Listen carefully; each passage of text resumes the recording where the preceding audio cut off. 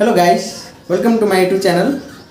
आजको भिडियोमा कुरा गर्ने हामीहरू घरमै भइएको सामग्रीहरूबाट आफूले कोरेको चित्रलाई एउटा उत्कृष्ट लुक दिन सकिन्छ।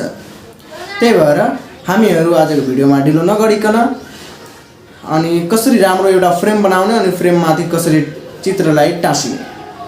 So let's go. हेलो, अब हामीहरूलाई चाहिने सामग्रीहरू। सबभन्दा पहिला हामीलाई चाहिने सामग्रीहरू जसमा चाहिँ मैले ड्र गरेको सरस्वती आमाको पिक्चर अनि तपाईहरुको चाहिँ आफ्नो पिक्चर हुन्छ अथवा जे पनि ड्र गरेको हुनुहुन्छ त्यहाँबाट बनाउन सक्नुहुन्छ। अनि सेकेन्डमा रहेछ यो। अब फ्रेम बनाउनलाई चाहिँ मैले चाहिँ एउटा बाक्लो कुटी लिइसकेको छु अनि यतातिर एउटा फाइबर जुन चाहिँ अलिक मोटो हुनमा यो सहयोग गर्छ।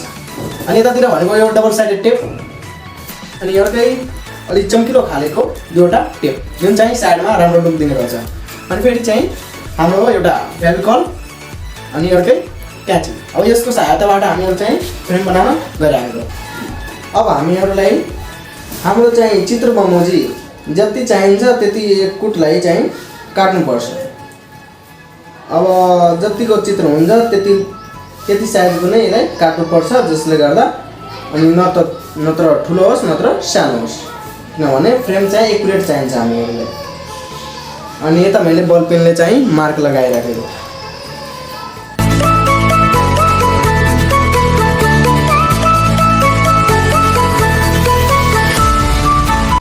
अब यतातिर मैले मार्क लगाइसकेको छु।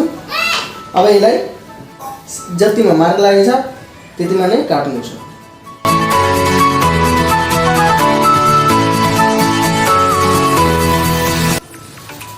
यतातिर मैले चाहिँ त्यो चित्रको साइजको एउटा त्यो कुटलाई त्यो काटिसकेको छु।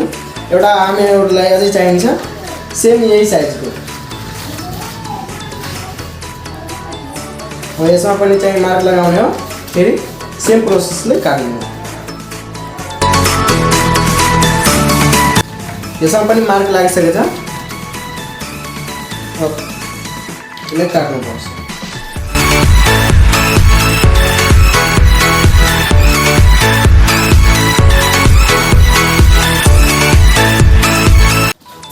हामीहरू चाहिँ सेम दुईवटा त्यो कुटलाई सेम साइज काटिसकेको छ, त्यो ड्रइङको साइजमा काटिसकेको छ।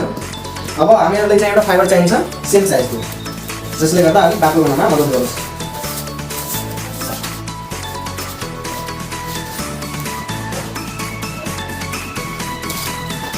फाइबरमा पनि चाहिँ मार्क लगाउने।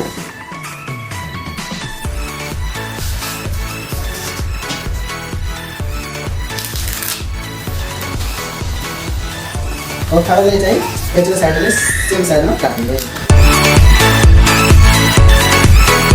हेर्नुहोस्, यहाँ चाहिँ हामीहरूको तिनटै एउटै साइडमा आइसकेको छ। अनि माथिबाट हाम्रो आमाको पिक्चर, सरस्वती आमाको पिक्चर हो यहाँ। अब हामीले चाहिँ जुन चाहिँ सुटेबल हुन्छ त्यो फोटो टाँस्नलाई त्यसलाई चाहिँ माथितिर हाल्ने, जुन चाहिँ सुटेबल हुँदैन त्यसलाई तलतिर, तर सुटेबल दुवै हेर्नु पर्छ है।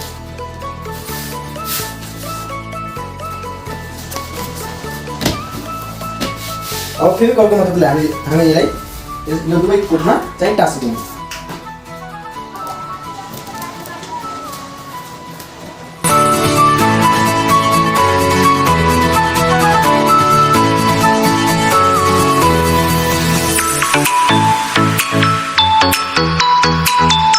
मैले चाहिँ एउटा पेपरमा चाहिँ फेभिकल लगाइसकेको छु। यसलाई सेम साइजमा टाँस्ने।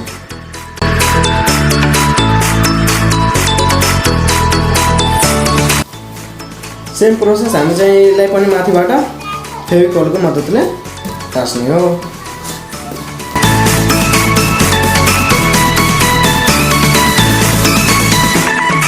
पेपरमा पनि मैले यो फेभिकल लगाइदिएछु। अब यसलाई माथिबाट टाँस्ने।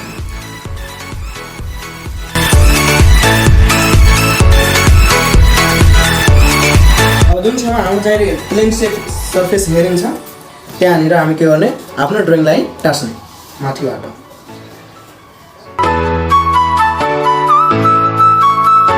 यहाँ आइरहेछ।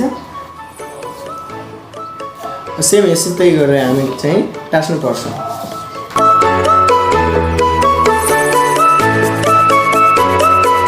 हामीले के गर्ने, आफूले कोरेको ड्रइङलाई वा पिक्चरलाई एउटा राम्रो सेपमा यसमाथि टाँस्ने पुरै इक्वल गरी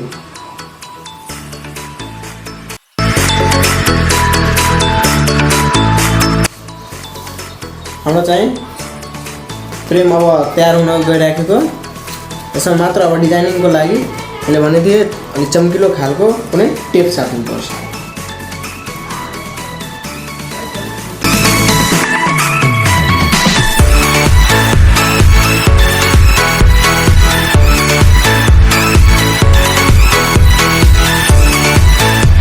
तिर हामीले चाहिँ अर्कै कलर दिने हो, अलि राम्रो हेर्नको लागि गोल्डन कलर दिने हो।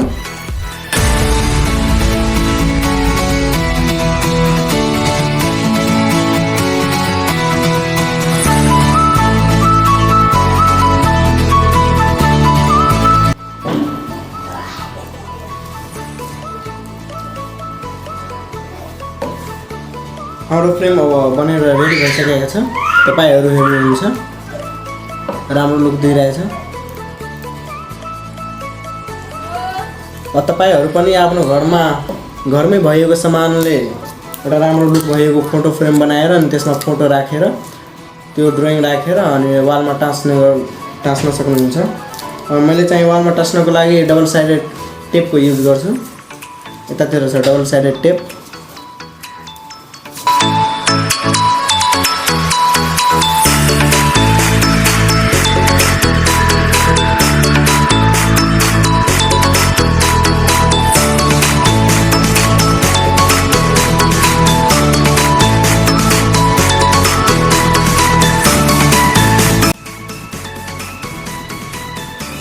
मैले चाहिँ यसरी प्रोसेस पुरा गरिदिएछु। यहाँ हेर्नुहुन्छ राम्रो लुक दिइरहेछ। अब तपाईले चाहेको ठाउँमा यसलाई राम्रो तरिकाले टाँस्न सक्नुहुन्छ। कस्तो लाग्यो भिडियो? यो भिडियोमा कमेन्ट गर्नुहोला, सब्स्क्राइब गर्नुहोला।